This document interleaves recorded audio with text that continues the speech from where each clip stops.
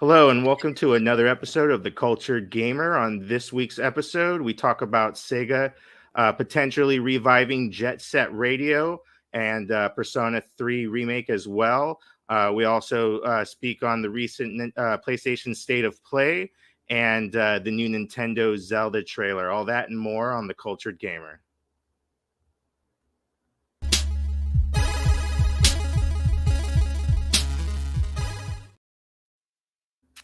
And welcome everybody to another episode of The Cultured Gamer. My name is Jason Carmona, and with me today is Ernest Johnson. Ernest, how are you doing today? Yo, I'm doing great, as always. No, I'm just No, kidding. you tend to be doing well. Usually, yeah, tend to be doing Usually in a well. good mood. Yeah, it's just this Hopefully. this weather, this gloomy weather is like, we're already in April. Shouldn't we be getting some like nice sun and blue skies, some Sega blue skies? And the traffic's been a little rough as of late too. The last couple of days, I've noticed. Yeah, usually like when it rains or when it's like gloomy, it's like everybody's mood, adjusts. So, Ernest, real quick, I want to jump into what you've been playing, if anything new, but I want to make a quick comment real quick. Um, Yeah. I recently earned I guess it's the Chapter 8 completion achievement or trophy in Tekken 7. That's when you play as Akuma and confront Heihachi for the first time, I'm assuming. And Heihachi learns that Akuma and his wife may have had a previous relationship of sorts. They know each other apparently, and so in this achievement, it tells you how many people have earned this achievement. And I was shocked to find out that only 31% of people who had played the game had ever made it that far into the campaign. And that's That's less. funny you mentioned that because everybody complained about Street Fighter 6 not having a story mode yet. If only 30% of people are going to go through it, and I mean it kind of makes sense because it is a one-on-one fighting game. A lot of people, I just play it multiplayer with friends, or I don't really play it for the story. It's a fighting game, but wow, 30 some odd percent. So what are you playing right now, Ernest? I'm still, I wouldn't say I'm fighting the addiction, but I would say maybe I'm feeling the addiction of XCOM. It's a fantastic game. If you're not used to strategy role playing games, I wouldn't necessarily recommend that you start here. But it's just, I'd heard it's fantastic. If you've talked to anybody who's played it, they will probably say the same thing, and I would agree. It's absolutely fantastic. I also started playing a little bit of Control on the Oh, okay. PS5. A lot of people's game of the year, Mhm. really popular, did really good. I like absolutely super love Alan Wake. So Mhm. I was really excited to get into it. I played a little bit of it on Great the one. PS4, but I have to say, I always felt like there was just something off on the PS4 version of it. No fault of the PS4, but now that I'm playing on PS5, it really feels like it was a game that just needs to be played on like a on that kind of hardware. On current Um, gen hardware, yeah, it 60 needs the frames extra per power. second Yeah. really needs it. With the motion blurring, also, I felt like it was at 30 frames per second. The motion blur was a little too aggressive on PS4, but then when you turn it off, it just I don't know. You need like a setting in between. On PS5, it's beautiful. It's just it just feels like it plays better. It allows you to kind of there's a lot of detail. The Mhm. graphics are really detailed, and so at 60 FPS, it's like I don't know, maybe my older eyes, like it just gives me a chance to like process everything that I'm looking at. So I'm just a little bit into it, but it's like it's very awesome so far. Well, we have a lot of news to discuss today, Ernest. So we're going to jump right into the breaking news of the week, mostly of the day, actually, today. A lot of news kind of broke within the last 48 hours. So we're going to break down the breakings, and you can give me your opinions right afterwards. Let's jump right into it. So Resident Evil has a new theatrical release coming to worldwide, actually, this summer, July 7th. The new movie Resident Evil Death Island is in canon with the games, not the Jilla, not the live action movies themselves. I can't pronounce that lady's name right now, the star, but Mila Jovovich, thank you, and Jovovich. And so this is canon with the games, and so it fills in the pockets of canonical timeline that the games omit. In this movie, DOS agent Leon S. Kennedy is out on a mission to rescue Dr. Antonio Taylor from kidnappers when a mysterious woman thwarts his pursuit. Meanwhile, Agent Chris Redfield is investigating a zombie outbreak in San Francisco, where the cause of the infection cannot be identified. The only thing the victims have in common is that they've all visited Alcatraz Island recently. Following that clue, Chris and his team head to the island where a new horror awaits them. Definitely looking forward to this. And yeah, awesome. It looks really good. The next breaking news story today, earlier this morning, The Legend of Zelda had a new trailer for Tears of the Kingdom. This is the recent Zelda release due out towards the middle of May 2nd. And showed a lot of new gameplay footage. The scope of the game is amazing. You have pretty much the entire terrain that you had in Breath of the Wild, plus an almost equally large terrain up in the sky to explore as well. This trailer also gave us a first tease at the longtime antagonist of the Zelda series, Ganondorf, and he looks mighty vicious. Today also saw the announcement of the new PlayStation State of Play, which featured 25 minutes of gameplay of Final Fantasy XVI. Final Fantasy XVI is coming out later this year, I believe on June 22nd. And the gameplay looked amazing. Definitely one to look for. It looks like it's going to be a PlayStation exclusive. Definitely recommend checking that out. And the last breaking story today, we have news of the new release date for Suicide Squad, Kill the Justice League. And it looks like that game has been pushed to next year. In a statement from the producers themselves, they have stated that the new launch date is going to be on February 2nd, 2024. We've made the tough but necessary decision to take the time needed to work on getting the game to be the best quality experience for players. Thank you for our amazing community, for the continued support, patience, and understanding. There's much more to share in the months ahead, and we look forward to seeing you in Metropolis next year. Ernest, do any of these stories stand out to you? Do you care to comment on any of these stories? They all a little bit do. Okay, go ahead, shoot I off. mean, not necessarily in a positive manner, unfortunately. Just listen. So we mentioned, let's see, what did we mention? We mentioned Zelda, right? Zelda. I have to be honest. I didn't really get on with Breath of the Wild that much. There seemed to be two different camps. One that like loved it, best game ever, best Zelda game ever, like no question, life changing and all that great stuff. But they hate the weapon breaking. I didn't care for Zelda. I like Zelda because I like. I'm just sorry. I'm gonna be honest. I'm in the other camp. I don't like a big open world where they just say, yeah, just go do whatever you want. I don't. There's like a million games where you can like do whatever you want. I kind of feel like it's like they want us to do their job for them. Like, okay, you created this great big world. Well, I don't want to figure out what to do. You show me. You take me on the journey. Show me all the sights and the sounds and show me all the good stuff to experience. Give me like a good fun little story. That's typically what Zelda does, and that's what I like. I like scripted events, all that kind of stuff, whatever. A lot of people are like, no, we need to get away from that. Zelda needs to needs to grow and diversify and change, and that's totally all good with me. But getting to this current one too, I kind of feel like it's more akin to like Majora's Mask rather than like a whole new Zelda game. So if you like Breath of the Wild, which most people did, they're probably gonna like this one too. It takes more place more in the sky and all that, which is that's cool. But I don't like the new crafting system, how they want you to like be creative and build everything. Maybe if I was like 12 or 13, I don't know. Honestly, even still, I just as a person, I feel like I'm too lazy to do all that. I want them to do all that for me, so I can just do all the fun stuff. I don't want to like sit around and build.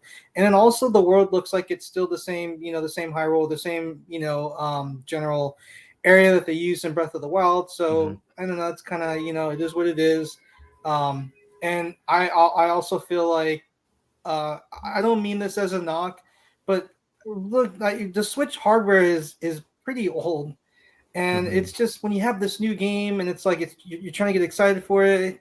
I don't know. I'm not always a graphics person, but Hmm. like it's just kind of like I don't know. It's cool. It doesn't really look like impressive though. Hmm. So unfortunately, those are my thoughts on that.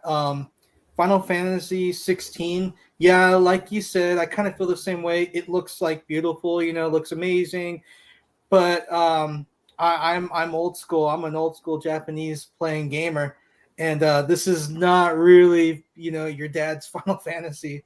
It's So we'll definitely see. targeting a more Western audience in terms of Yeah, gameplay which for sure. I don't necessarily like. I remember when Capcom did that with Dragon's Dogma, where they were Japanese developer mirroring like Western style RPG. I went all the way through that game. I did not. I went through that whole game kicking and screaming the whole way, and it never got good for me. This Final Fantasy 16 could be really good, but people didn't like love 15 that much, and this looks like it's I don't know. It looks like it's more along those lines than like 10 or 12 Hmm. or 7, 8, or 9 or anything like that, or even the remake. I Yeah. don't like the shift away from turn based combat. I'm sorry. I'm just going to say it. I'm a Dragon Quest, 11 person versus a current Final Fantasy person. But most modern gamers and a lot of gamers in general, that's really not going to matter. It looks amazing. It's going to have a super, super high budget. And then you mentioned Suicide Squad. A lot of people really crapped on the early build of it, and they're just saying this looks hilariously garbage like, and this is just awful. And nobody really, like nobody had anything really good to say about it. Just all I just heard just people dogpiling it in a Hmm. negative light. I don't know that this delay will really change the. It's not gonna like. It's not like they're scrapping the game and they're gonna do something like really great or really different. It's for However, polishing purposes. Yeah. right. Whatever we do get, at least will be polished so the people that do like it can say, look, you may not like it, but it's not like a buggy crap game. It's if it's got polish to it, then maybe it will be a good game for those people that it's intended for. Yeah. Yeah, I definitely agree with the Suicide Squad uh, sentiment that they're not going to add anything in a year that's going to fundamentally change the game. Maybe they're adding an offline component to the single player campaign where it could be played with bots. Maybe that wasn't a thing that it had existed. Maybe it's just fine tuning some of the gameplay. So there's a little bit more variety at this point, but you're not fundamentally changing the game. That's what it's going to be, is that product that they displayed in the last state of play. Um, Final Fantasy 13, yeah, like you mentioned, it looks pretty, it looks amazing. I'm sure it's going to be a great game, but I think we're getting a lot of Final Fantasy in the next couple of years. That is true. With 13, I'm sorry, 16, this new one, and then the year prior we just had a couple years prior we just had remake, Final Fantasy 7 remake. Last Christmas we just had Crisis Core, People really liked remake. Crisis Core. Yeah, the remaster for that, and then this Christmas, we're this summer we're getting Final Fantasy 13, and then this Christmas we're supposed to get the next chapter of Final Fantasy 7 remake. Like, that's a lot of Final Fantasy, and I wonder if they're kind of shooting themselves in the foot, releasing the next iteration of the 7 remake saga I agree. so I agree with you on closely that. to Yeah. Yeah. 16 and not giving 16 enough space to breathe, especially with the holiday season. If you're gonna have two competing Final Fantasy titles, that's only kind of shooting yourself in the foot, I think. The Zelda trailer looked cool. I didn't finish Breath of the Wild, so I'm not as excited as most Nintendo or Zelda fans for this who have beaten Breath of the Wild. I did play I'll be Breath of the Wild. honest. I also didn't. I didn't. I if I really wanted to be fair, I would sit down with Breath of the Wild and give it, the opportunity that it deserves, which I haven't done yet, but Mhm. yeah, nevertheless. Yeah. Yeah, no, I agree. And yeah, like I just haven't beat the last game. It's just so large in scope, and I have so many other games to play that I can play and beat in like 6, 7, 8 hours, 10. I can't dedicate a lot of time to a 50-hour game like the breath That's like like Breath of the 50, Wild. 100 hour game. And I Yeah, it's still an have a investment. backlog. So I'm still chomping through it. I'm gonna get to the end eventually, but it's not like I need this game now. And I know it's really pushing the Switch hardware. This is probably like one of the last great hurrahs for the Switch. Nintendo won't admit it, but it looks like it's really pushing the Switch in terms of scale and what it can do, and in terms of just technical prowess. Yeah, Um, you can tell by the performance that mhm. they're kind of like they're Cutting like corners and pushing sacrificing it. performance. They're like, you know what? Yeah. We're even if we were targeting 30, for the most part you're getting frame rate in the 20s, which means like you said, you're really taxing and pushing the hardware like to where you're not getting like a smooth or stable performance, but you got too much going on with the graphics to push that Nintendo's willing to make that sacrifice, which again I really don't like. Yeah, and then the last thing we talked about at the very beginning was the Resident Evil Death Island trailer. That looks pretty cool. It I'm looks kind of fun, curious. yeah. Yeah, it takes place after the last movie, which was Vendetta, canonically. So I think that was in between one of the more recent games. I think 6 and 7 or something like that. But yeah, it's cool to kind of see Jill dealing with a little post mortem and relates to being abducted by Wesker and being manipulated by Wesker, and she's kind of just like still like dealing with the trauma of what that brought to her and like her psyche and stuff like that. So it's cool. It's got some holes that it's definitely going to fill. So I'm definitely looking forward to that. I don't know if I'll see it in theaters, but if it's What's five coming bucks, out theatrically? it's coming out worldwide theatrically. So I mean, it looks. Sony is distributing it worldwide except Japan. I mean, all right. That's kind of. I don't know. Seems kind of bold to me. Yeah. But I mean, I don't know. I think that's a cool thing. Yeah.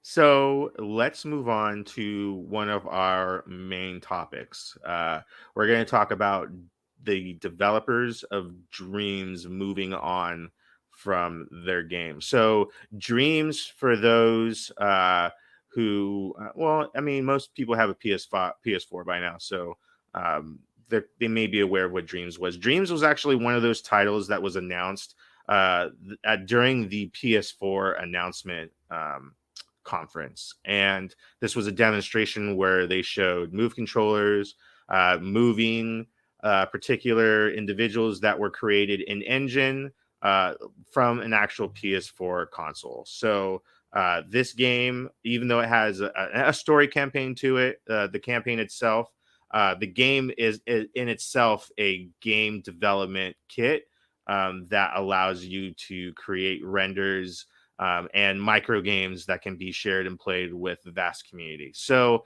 the news that comes this week is that Media Molecule, the developer who have been working on this game for the better part of 10 years, the last decade, have announced that they are changing how they uh, produce this game going forward, and they're going to be changing to a smaller server, but not moonlighting this service completely. Although they will no longer be uh, supporting this game with new content, new updates. They basically said that they are pretty much done and that they're moving forward with their next project. This game will still be available to purchase for anybody who has not experienced Dreams. I highly recommend that you do check it out, especially if it's on sale. It's an amazing game.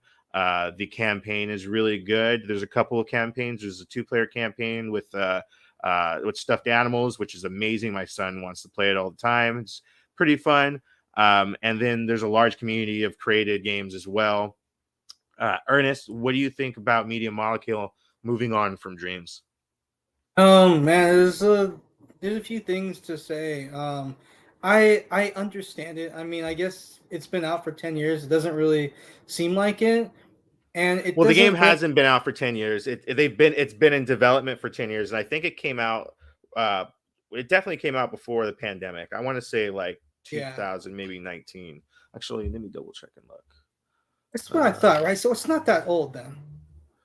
no, but it was in beta for a while, and I was a part of the early access, which eventually morphed into the full package. Um, and I remember paying like 30 bucks, I believe. So oops, Dreams PS4. So let's type this in real quick and find out what when it came out. Yeah, So but Dreams came out. The initial official launch date was February 14th, 2020. So it pretty much came out right before the pandemic, but it had been an early access for a good 6 months to almost a year prior to that.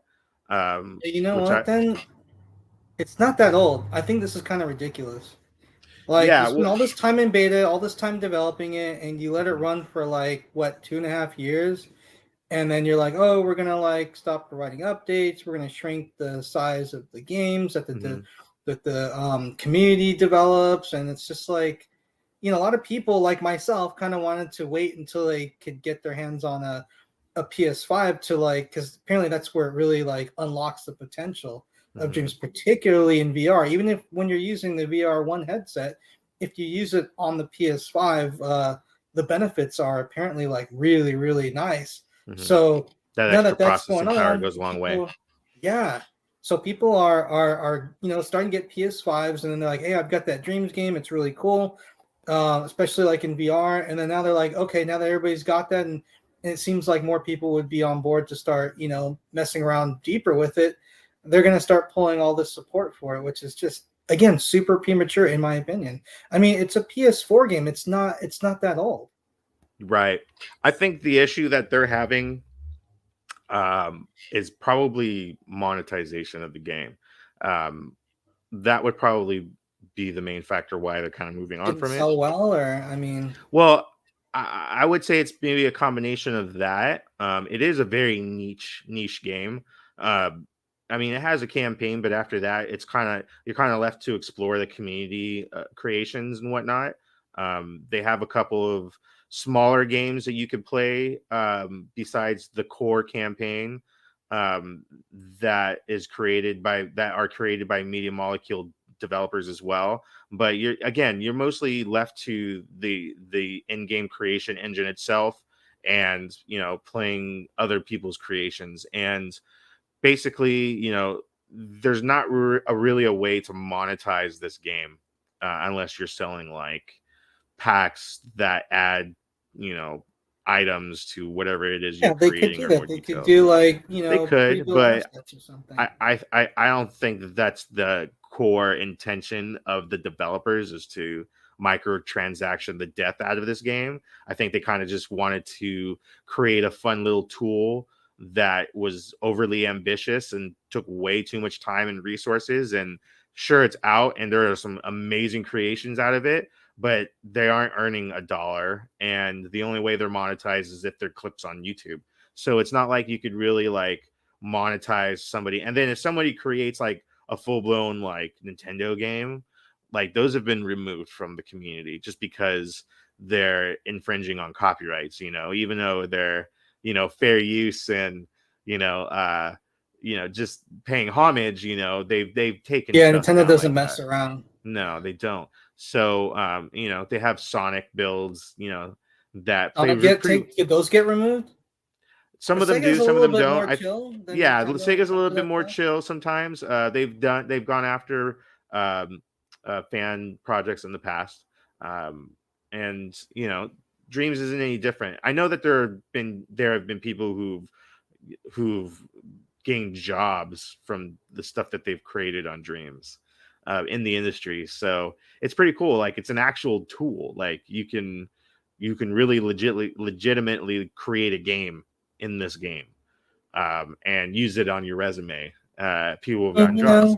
So, surprised uh, Sony isn't like really pushing this. Like, hey, well, I check it think out on PS5. It's like even better. And I think You know they what I mean? understand. Like it's got life left. Yeah, I felt like. I think they understand the importance of the game and what it means to the community, and in terms of just sparking the interest of the next wave of developers.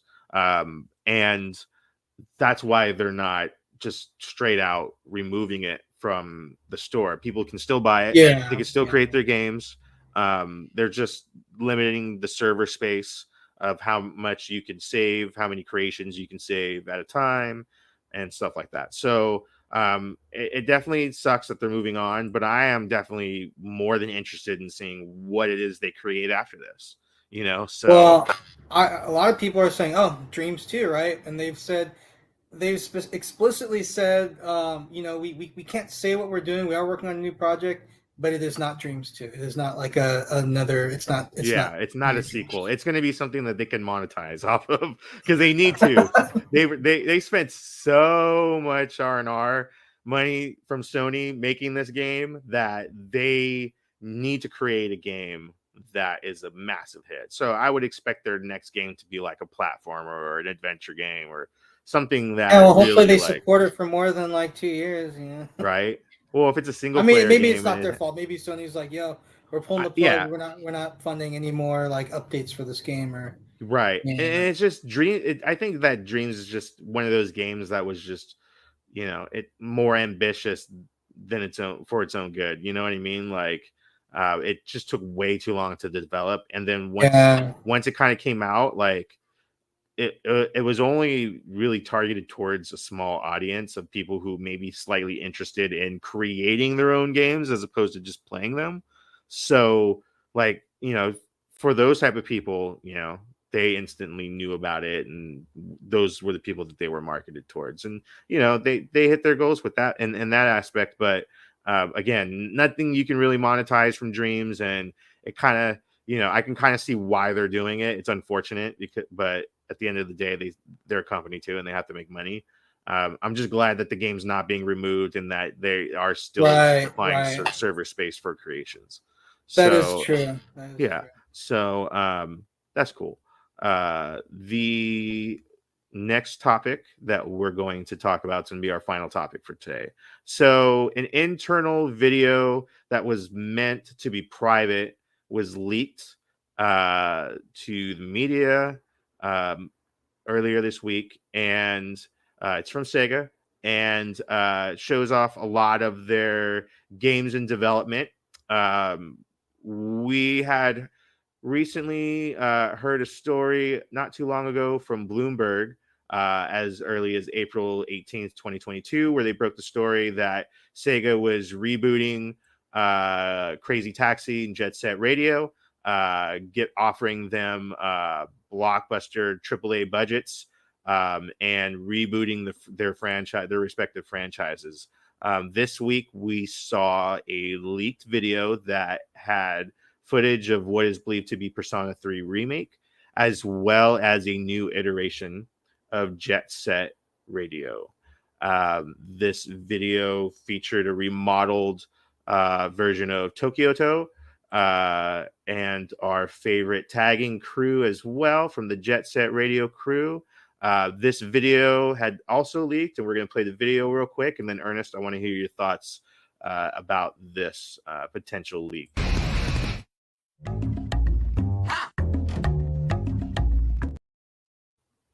So, Ernest, what do you think about Jet Set Radio potentially being remade and coming to current gen consoles? Oh man, I mean, I'm sorry, but like, usually I'm always like, well, I don't know, I can't contain excitement for that. I'm like max hype, super hyped. I mean, it could always go wrong. I like the original more than I like Jet Set Radio Future, Mm-hmm. but it's just, man, I love Jet Set Radio. It's just such an edgy, great game with in my opinion, a really great graphic style, just addictive gameplay, the animation, and just the atmosphere and the vibe and the whole world of Jet Set Radio is just really, really special to me and to lots of people. And just the thought of like, oh, Sega is considering maybe doing like a new one is just tantalizing. Oh, I am like salivating like just a rabid dog for that. So Even the mention of Crazy Taxi also, I mean, of course, they can screw it up, but you know what? Like, I'm down. I'm down to see what they got. Like, it's not going to take anything away from the original. We still got the original. So if the new one, if they do it and the new one sucks, that'll be too bad. But I got the old one. And if the new one is something that we really like, then like that would just be like amazing. So I'm gonna play this clip one more time just because it's cool. um,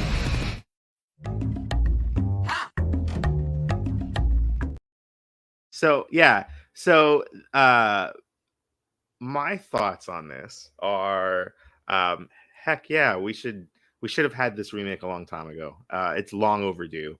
Um, I here's a quick story. When I got my Dreamcast, it got a lot of play for the first couple of weeks, and then it sat in my dresser uh, for months after that, and I didn't pull it out of my dresser again until I bought Crazy Taxi, and Crazy Taxi was one of those games that really got me hyped up.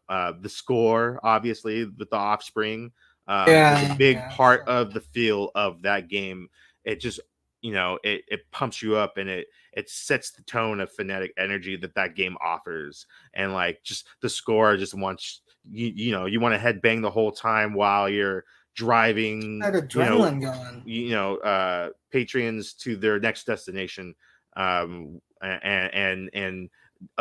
narrowly avoiding traffic and earning as much coin as you can while doing it. um Jet Set Radio is one of those games that when it came out, it changed my perspective on what a game could kind of be. Actually, I was really heavy into rollerblading as a late teenager as well. I played a lot of hockey in my early teens, so around that time, I was into the whole grinding thing with the skates, anyways. So when that game came out, I was like, "Wow, this is a game that's representing me." And I was also I wasn't really a graffiti artist myself, but I really admired the art of graffiti art. And um, there had been nothing at that point that was like that game. So it merged those two worlds seamlessly, and I loved it. I fell in love instantly. Like you said, Jet Set Radio Future wasn't on the same scale as the first one. I feel in terms of gameplay, they kind of simplified it a little too Different. much. I Yeah. really liked having to like scale the joystick around Yeah, and kind of yeah, mimic I the like graffiti, doing as that. opposed to Yeah. just skating by and just pressing Yeah, a single button and like an doing afterthought kind of a deal, complex artwork. It didn't feel as earned Yeah, to yeah, me, yeah. but it looked great. I liked Yeah, how it it looked. That was looks just I really yeah, like 60 frames per second. It looks amazing. right. So, doubling back to the Bloomberg report from last year, they mentioned that Jet Set Radio and Crazy Taxi were coming forward, and it looks like the Jet Set Radio material is finally surfacing a little bit. Hopefully, with the Summer's Game Fest, we get a formal announcement from Sega.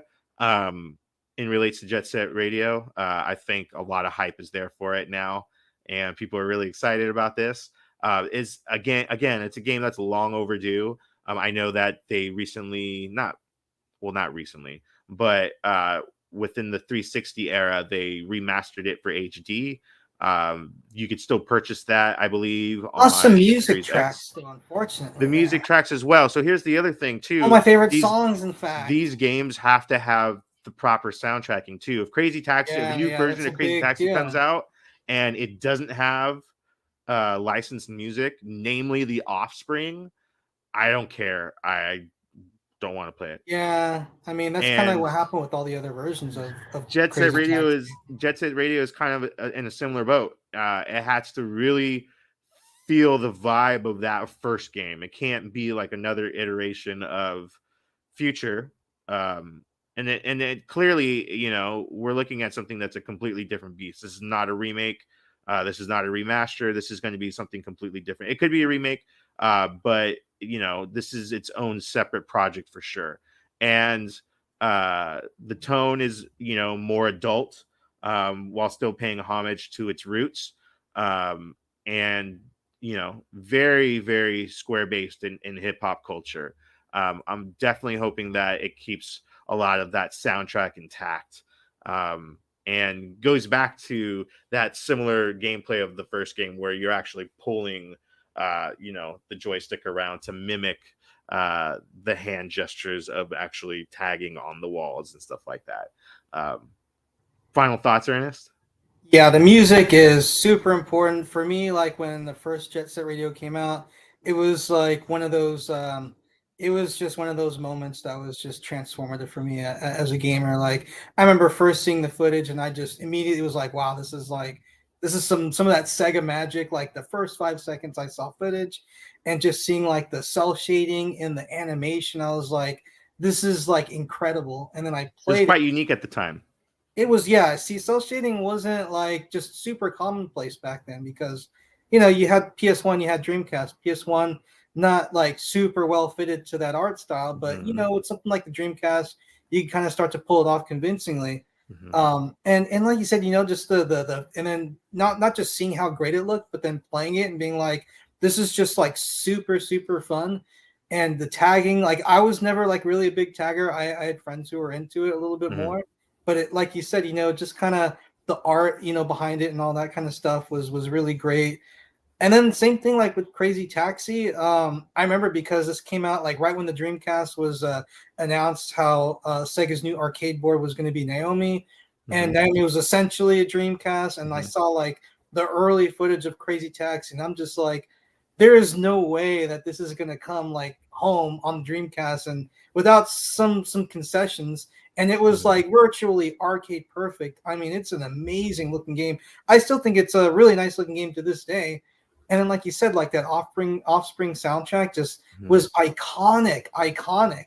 And if they're gonna do it, then I'm really hopeful. But there's a lot that they could screw up. Like the music for Yeah. both of these games is a big thing. Like the music for Jet Set Radio was just like that game was like life changing for me as a gamer. It was. Hmm. I feel like the Dreamcast in that whole era, PS2 was like the last really big like super super gamer like generation. After that, when Hmm. we got into like PS3 and Xbox 360, I don't know, gaming became more commercial. It kind of like Hmm. opened up to more mainstream kind of audience. And even maybe at the age that we were, as we kind of grew, things just changed. That Dreamcast that was really like the last system I like hardcore went like just do those all nighters and all that really great crazy stuff. And then the internet came and screwed everything up. Yeah. Yeah. I think once you started dealing with like story expansions, that was kind of like the Yeah, gateway to DLC and microtransactioning and stuff like that. Like some that. kind of heart and soul like kind of left gaming sort of when the 360 and PS3 came around. I don't know. Yeah, like we had mentioned it before when GTA had those microtransactions with the DLC stories. I mean, I know companies had done it before them, but that was really the big push. Like, wow, you could do this successfully, and I'm hoping that uh, they're smart about it with Jet Set Radio. There could be potential for microtransactioning if done right. Like you could buy like a fat sweater from a logo brand if Yeah, but you I know. I liked earning that stuff. It was like not only Oh, was it more definitely. fun to get it from earning it, but it also like made playing the game more fun. Like if you Hmm. cleared it, like you could like do stuff, or even if you weren't trying to clear the game as you're playing it, you could go off the beaten path a little bit, maybe get some Hmm. cool costumes. Instead, there's Right, no point in doing that because you're just gonna have to buy it anyway, and then it right. just creates like a bad taste in my mouth. I'm like, Well, oh, it looks cool. I'm not gonna buy well, it though. I'm not gonna give you money for well, that. they should definitely allow the ability to grind for it. But people who don't have the Yeah, time to not grind, Gran Turismo style though. they'll pay that $40 season pass and they'll have it on day one just because they're I also don't impatient. like that. I don't even like the word season pass. It makes it feel more like it's like sports or something like that.